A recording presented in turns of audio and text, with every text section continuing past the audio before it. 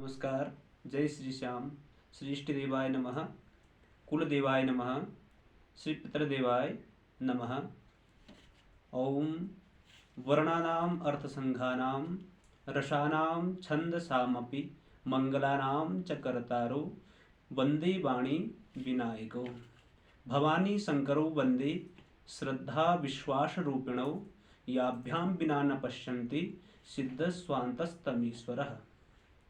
मित्रों, आज का जो समय है और हम अपने विषय में जानना चाहते हैं, लेकिन हमें अपने विषय को न जानते हुए हम दूसरों के विषय में दूसरों को जानने के लिए हम ज़्यादा फोकस करते हैं और हमें सर्वप्रथम अपने आप को जानना चाहिए।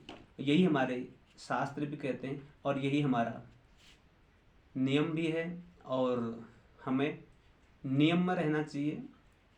और हमारा जो सर्वप्रथम हमारी जो मानसिकता है, आज के समय में जो हमारी मानसिकता हमें किस ओर ले जा रही है और हम उसको जानना तो चाहते हैं, लेकिन हम कोशिश नहीं कर रहे हैं और उसमें हम प्रयासरत नहीं हैं। इसलिए हमको उस विषय को जानने के लिए सर्वप्रथम हमें क्या करना चाहिए। तो ज्योतिष शास्त्र भी ये कहता है कि चंद्रमा मनसो जात तत्चक्षुः सूर्यो अजायत। तो चंद्रमा हमारे ग्रह नक्षत्र और हमारे पूरा जो ग्रहों का जो मंडल है और जो हमारे राशियां हैं, और उससे हमारा जो मन है, मन हमारा चंद्रमा का कारक है और हम जो सोचते हैं वो हम हो जाते हैं। तो वेद भी कहता है कि तन में मना शिव संकल्प मस्तु, इसलिए अच्छा सोचें। और कहा गया कि हमें क्या शुभ संकल्प करना चाहिए, इसलिए हमारा मन का सीधा जो कनेक्शन है वो चंद्रमा से जुड़ा हुआ है। इसलिए हम अपने मन को शांत रखें और उससे भी कई चीज़ें हम अपने शरीर के विषय में हम जान सकते हैं। और सर्वप्रथम मैं आपका स्वागत करता हूं। महेश एस्ट्रोलॉजी मेरा चैनल है और उसमें आप देख सकते हैं कि हमारा जो सर्वप्रथम जो टॉपिक है उसके विषय में हम आज आपको अवगत कराना चाहते हैं। और जो हमारा जो समय चल रहा है उसके विषय में हम अपने बारे में जानना तो चाहते हैं, पर जानने की हमने कोशिश नहीं करी। इसलिए सर्वप्रथम आज आपको हम एक बेसिक नॉलेज देंगे और उस नॉलेज के आधार पर ये बेसिक नॉलेज अगर आपको अच्छी लगेगी तो उसमें हम और भी आगे उससे रिलेटिव ऐसे वीडियो आपके नए नए आपके लिए लेकर के आएंगे और आशा करता हूँ कि आप इसको देखेंगे भी।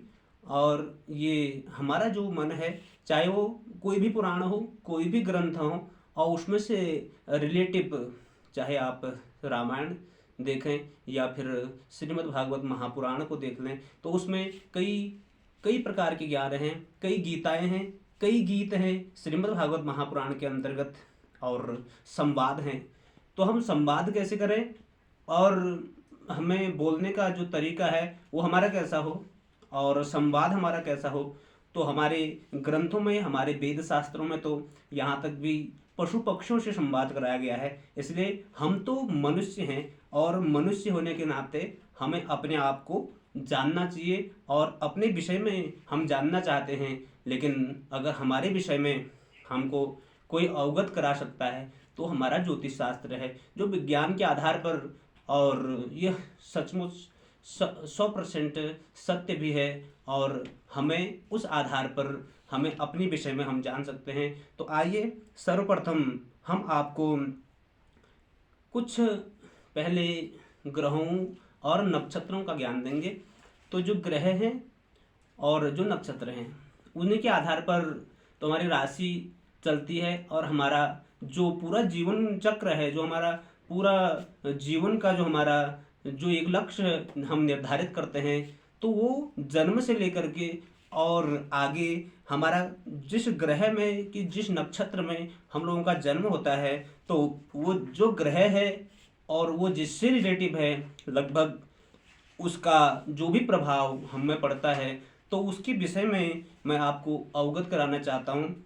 और सर्वप्रथम तो बेसिक से ही हमें कोई भी चीज़ की नॉलेज होती है। तो बेसिक इसका क्या है, तो शास्त्र का बेसिक क्या है, तो सर्वप्रथम हम अगर ब्राह्मणों के पास भी जाते हैं तो उनके पास भी एक पंचांग रहता है जिसके 5 अंग हैं, इसलिए उसका नाम पंचांग है। तो तिथि, वार, नक्षत्र, योग और करण, इन 5 चीजों के आधार पर ये पंचांग का निर्माण हुआ है।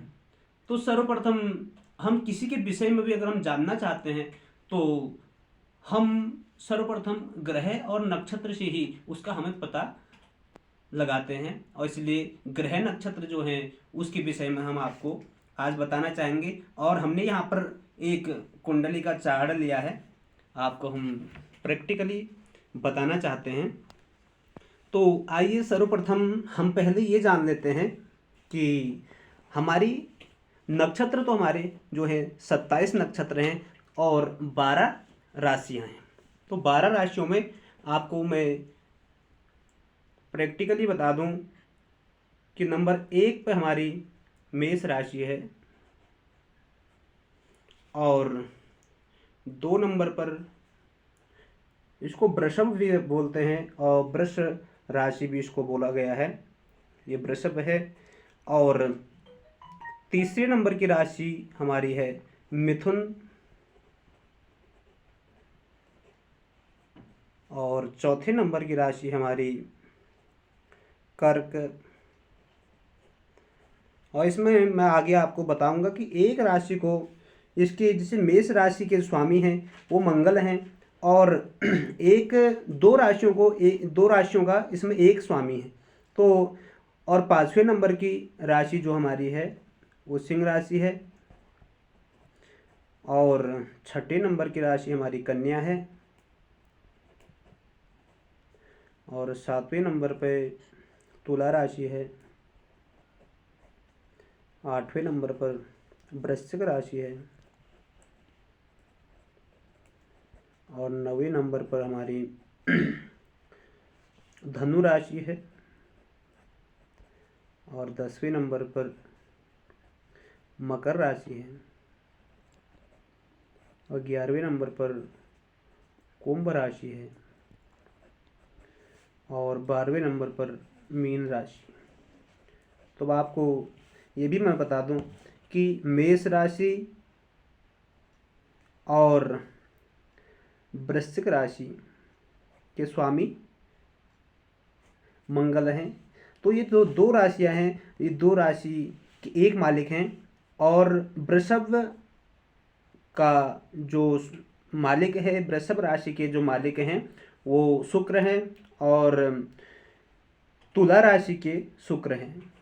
तो 2 राशियां शुक्र के पास हैं और मिथुन राशि और कन्या राशि इनके जो मालिक हैं, इनके जो अधिपति हैं वो बुध हैं और कर्क राशि के स्वामी जो हैं, जो अधिपति हैं, जो कर्क राशि के मालिक हैं वो चंद्रमा हैं। मैं आपको सिंह राशि के बारे में बताता हूँ। सिंह राशि के स्वामी सूर्य हैं और धनु राशि और मीन राशि के देवगुरु बृहस्पति इनके मालिक हैं, इनके अधिपति हैं और शनि को यहाँ पर 2 घर मिले हुए हैं, 2 राशियाँ मिली हुई हैं और मकर और कुंभ। तो सर्वप्रथम हमने राशियों के बारे में जाना कि हमारी ये 12 राशियाँ हैं और इनके मालिक कौन हैं वो हमने यहाँ पे जाना। और उसके बाद सेकंड नंबर पर हम जानते हैं इनकी डिग्री। तो डिग्री अर्थात इसकी पावर क्या है, तो डिग्री का अर्थ होता है उस ग्रह की पावर क्या है उसके अंदर। तो हम उसको भी आपको प्रैक्टिकली यहाँ पर बता रहे हैं। 0 से लेकर के 6 डिग्री ये है बाल्यावस्था।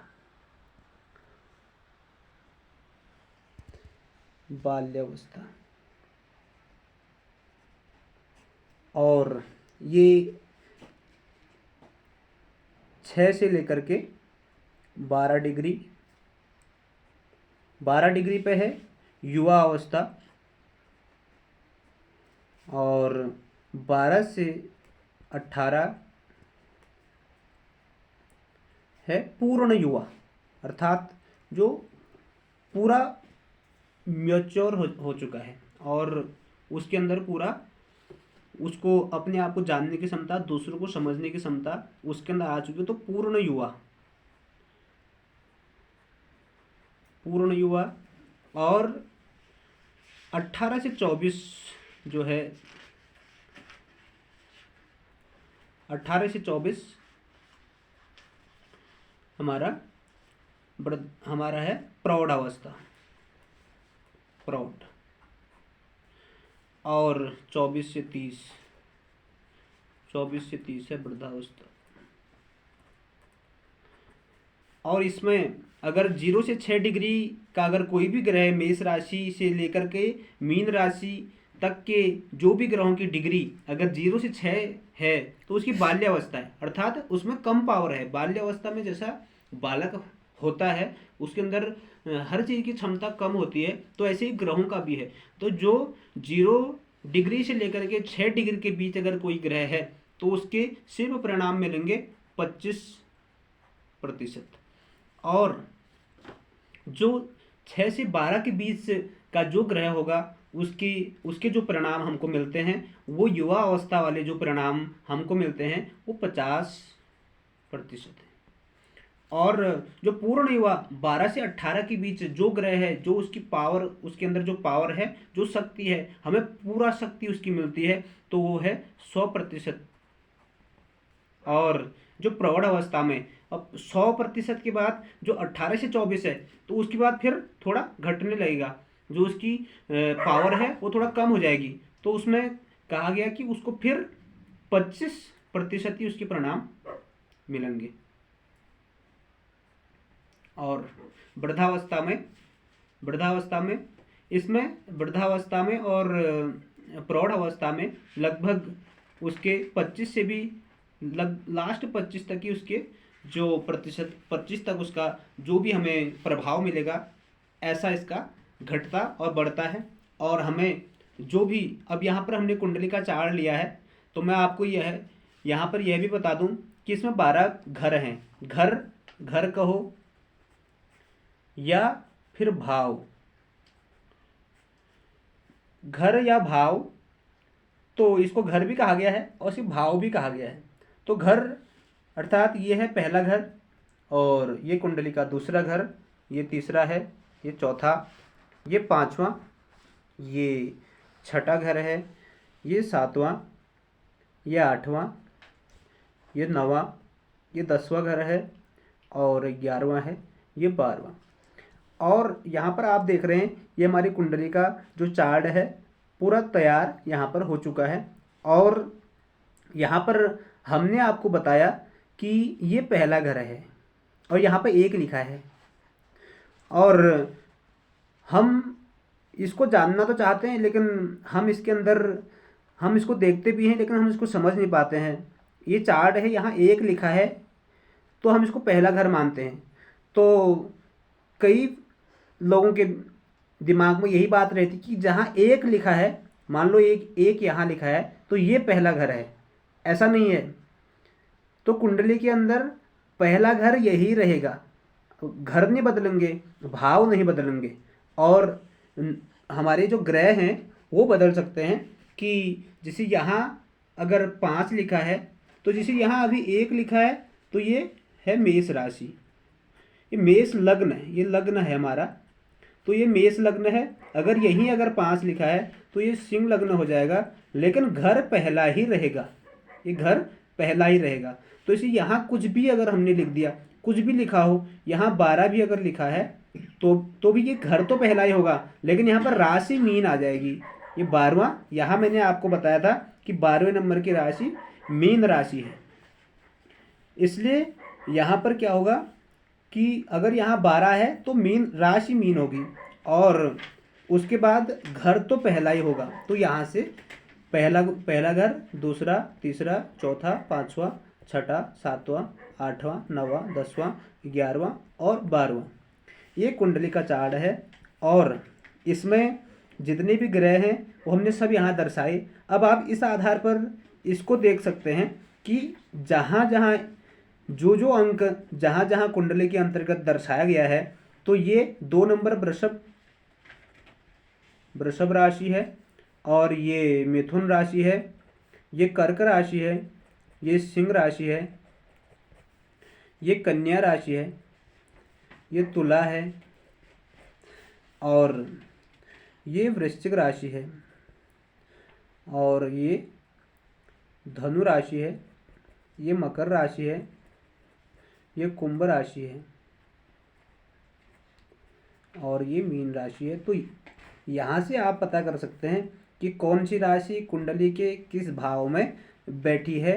तो इसके विषय में हम आपको और डीप नॉलेज और आगे देंगे, इसलिए अभी का जो ये बेसिक है और ये नॉलेज आप तक पहुंचाने का, आपको अवगत कराने का मेरा जो ये कुंडली का जो आधार है, हमारी जो आधारशिला है, ये कुंडली के अंतर्गत जहाँ से हम बेसिक नॉलेज शुरू करना चाहते हैं, यही हमारी बेसिक नॉलेज है। यहाँ से अगर यह वीडियो आपको अच्छी लगे तो इसको लाइक करें, सब्सक्राइब करें और शेयर करें, और ऐसे ही हम नई वीडियो के साथ आपसे मिलते रहेंगे। जय श्री राधे।